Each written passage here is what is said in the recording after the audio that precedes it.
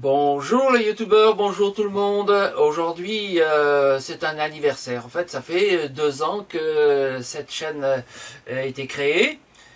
Donc je trouvais que c'était intéressant de faire un petit retour arrière pour voir quels sont les sujets qui vous ont intéressé. Essayez de faire un top 10 avec les vidéos qui ont eu le plus de succès. En fait, comme il s'agit pour les dernières vidéos d'un temps qui n'est pas assez long pour avoir un résultat pertinent, pour réaliser un top 10, il faut quand même qu'il y ait un certain recul.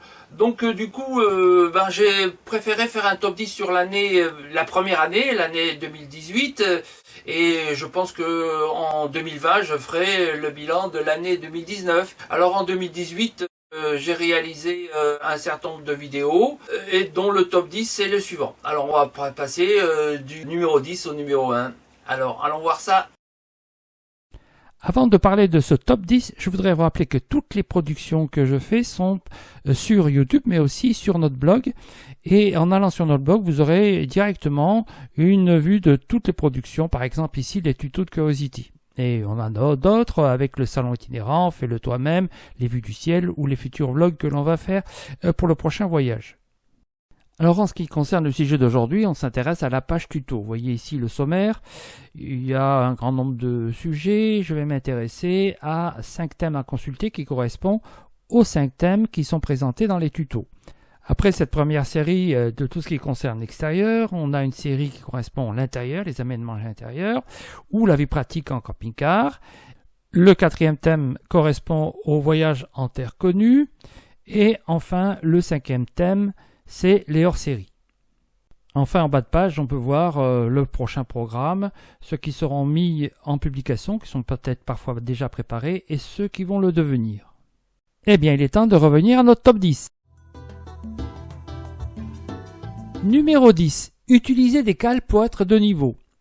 Alors, il faut être bien à plat dans son spot, sinon ça présente pas mal d'inconvénients. Alors, dans ce tuto, je vous propose de faire l'inventaire de ces possibilités pour se remettre à niveau. On envisage ici des solutions techniques et je vous présente ici des situations réelles et des corrections de niveau que j'ai réussi. Alors, c'est agrémenté de quelques trucs et astuces. Ce tuto espère vous donner une bonne horizontalité lors de votre prochain spot. Le numéro 9, c'est comment choisir un vélo à assistance électrique. Le VAE est devenu le compagnon incontournable des camping-caristes. Il permet à table de faire des courses, mais aussi de belles balades, qui sont peu fatigantes.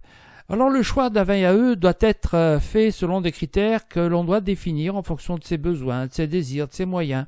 Cette vidéo devrait vous faciliter la tâche.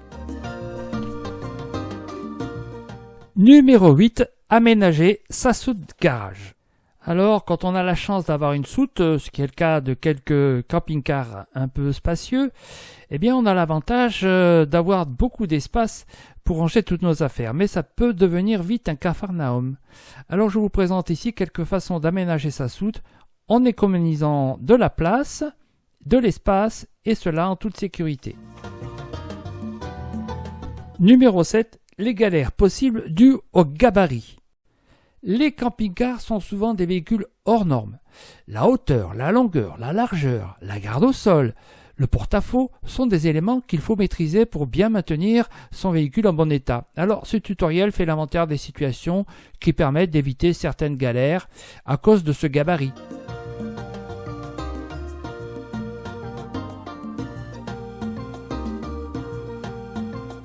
Numéro 6. Ah, c'est un coup de gueule. Alors, dans cette vidéo, je suis pas très content. En effet, j'ai eu des problèmes avec mon camping-car. Après 1 an d'utilisation, j'avais quelques réparations à faire et je pensais que ça allait se faire sans souci. Eh ben, erreur. Les services pilotes et les services après-vente de TPL Narbonne ne se sont pas montrés à la hauteur. Mais alors, pas du tout. Eh ben, 3 mois plus tard, je fais un constat édifiant. Voilà la vidéo. Et déjà, le numéro 5, installer une roue de secours. Alors aujourd'hui, les camping-cars sont livrés sans roue de secours, oui, pour une question de poids et de charge utile. Ils livrent bien un kit de réparation qui est rapide et censé vous dépanner. Mais que ferez-vous si un pneu éclate et que vous n'avez pas de réseau pour appeler au secours? Alors, pas besoin d'être dans le désert pour que ça soit un problème, hein. Avoir une roue de secours accessible facilement sous votre camion, c'est une sécurité que je vous conseille. Le top 4. Comment passer du butane propane au GPL. Passer au GPL, c'est possible. Je vous présente ici plusieurs possibilités et solutions avec changement de bouteille ou pas. Et voilà, avec des références de kit, etc.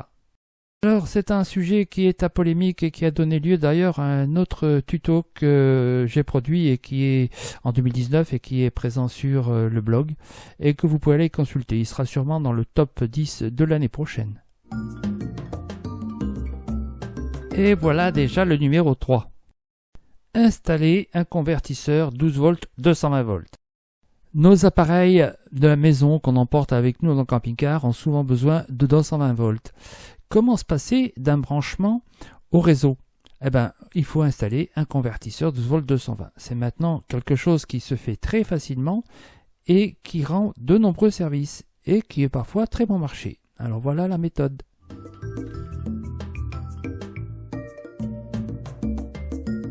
Et le top 2. Améliorer la vie à bord. Trucs et astuces. C'est un sujet qui a beaucoup de succès chez les camping-caristes. En effet, on est toujours à la recherche de trucs et d'astuces que certains camping-caristes nous passent et je vous présente les miens.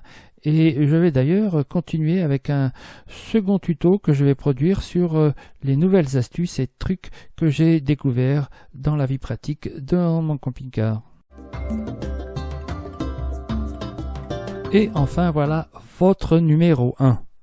Et je vous présente dans ce tuto comment on peut fabriquer une antenne TNT avec un cintre, un simple cintre.